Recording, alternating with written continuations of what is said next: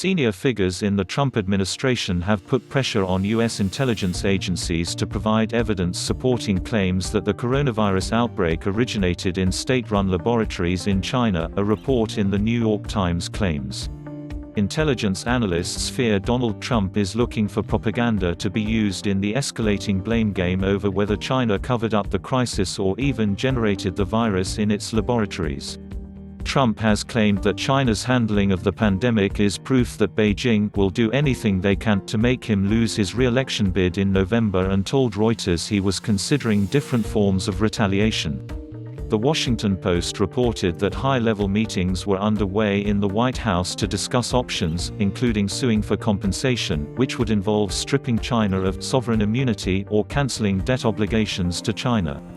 The U.S. Secretary of State, Mike Pompeo, has repeatedly suggested that the coronavirus could have come from a virology laboratory in Wuhan, after cables surfaced from early 2018 in which U.S. diplomats expressed concern about safety standards at the facility.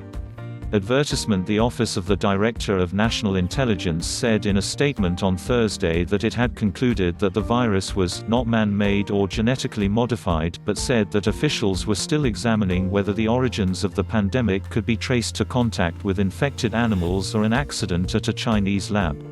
The intelligence community (IC) also concurs with the wide scientific consensus that the COVID-19 virus was not man-made or genetically modified, said the statement. The IC will continue to rigorously examine emerging information and intelligence to determine whether the outbreak began through contact with infected animals or if it was the result of an accident at a laboratory in Wuhan. Most scientists who have studied the genetics of the coronavirus provided by China say that the overwhelming probability is that it jumped from animal to human in a non-laboratory setting, as was the case with previous pandemics. In recent days, Trump and his allies have sharpened their rhetoric on China, accusing it of failing to act swiftly enough to stop the spread of the virus or sound the alarm about the outbreak. Those reported as pushing U.S. intelligence agencies to lend credence to the theory that the virus was created in Chinese labs include the U.S. Secretary of State, Mike Pompeo, the Deputy National Security Advisor, Matthew Pottinger, and Richard Grenell, the Acting Director of National Intelligence. In numerous TV interviews, Pompeo has said China suppressed information on the virus and withheld key facts from the World Health Organization, and he has hinted that he believes the virus originated in Chinese laboratories. But the suggestion that intelligence agencies are being put under pressure to produce evidence represents a step up from such comments. Such a finding would turn the international disaster into something akin to biological warfare, or a lab accident of catastrophic proportions. More than 1 million people have been infected and more than 60,000 have died in the U.S. from the virus, adding political urgency to Trump's desire to shift blame for the crisis onto China. China has been resisting an international inquiry into the origins of the outbreak in Wuhan and, under pressure, says it is a matter for the WHO to investigate. The proposal is unlikely to mollify Trump, who has condemned the WHO as Chinese-centric and has suspended U.S. funding from the UN agency pending a review. Chris Patten, the former Governor-General of Hong Kong and a long-term critic of Chinese efforts to control democracy in the former colony, has joined the calls for an international inquiry, accusing China of initially covering up the outbreak. The calls for an inquiry have been strongest in Australia, leading to a diplomatic confrontation between the Australian Prime Minister, Scott Morrison, and the Chinese ambassador to Australia, Chen Jingyi. The calls have also been supported by Winston Peters, New Zealand's foreign minister. The latest major Trump resignations and firings read more. Peters said, "It is very hard to conceive, no matter what country it is, of there not being a desire from every country around the world, including the country of origin, for an investigation to find out how this happened." Jingyi has warned of a Chinese boycott of Australian goods and services.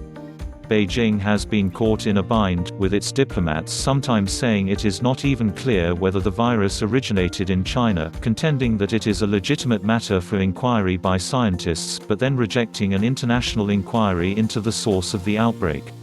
Chinese diplomats distinguish between an international inquiry, which they say is likely to be a political blame game, and a dispassionate examination by WHO scientists. Critics of China counter that the WHO's record shows it has neither the will nor the investigative powers required to look deep into the entrails of the Chinese Communist Party and expose any cover-up. The WHO is dependent on the cooperation of its member states for access and has no mechanism to punish countries that keep its officials in the dark. Proposals have been floated for the WHO to be given the power to impose sanctions on countries that are not transparent with it, but this proposal would need to pass the WHO's General Assembly, and would require nation-states handing over a degree of sovereignty to a multilateral body. The Chinese ambassador to the UK, Liu Xiaoming, delivered a lengthy rebuttal to the prospect of an international inquiry last week. "You're talking about independent investigation. It's up to the WHO. We support the WHO. We believe we should play by international norms and international rules, not by some other country's rules. Some other country even sues China at its local court. It's absurd," he said in remarks to the Asia Society in London. "This is not the first time that some politicians want to play world police. This is not the era of gunboat diplomacy. This is not the era when China was still in a semi-colonial and semi-feudal society. This is the third decade of the 21st century. Those people cannot understand it. They think they still live in the old days when they can bully China and the world. If the WHO does not act their way, they stop their support and criticize the WHO to be China-centric. That's simply not right. So we are calling for international cooperation. That's the only weapon and only way out to win this battle against the virus. Not by scapegoating, not by playing games, not by politicizing the virus, not by spreading a political virus." A spokesperson for the UK Foreign Office said, "Coronavirus is a global challenge and it's vital that countries come together to tackle this shared threat." The Foreign Secretary has been clear that, in time, we will need to learn lessons and ask rigorous questions about why this outbreak happened, why it couldn't be stopped earlier and what can be done to prevent another outbreak in future. This is something that we will look at with all of our international partners.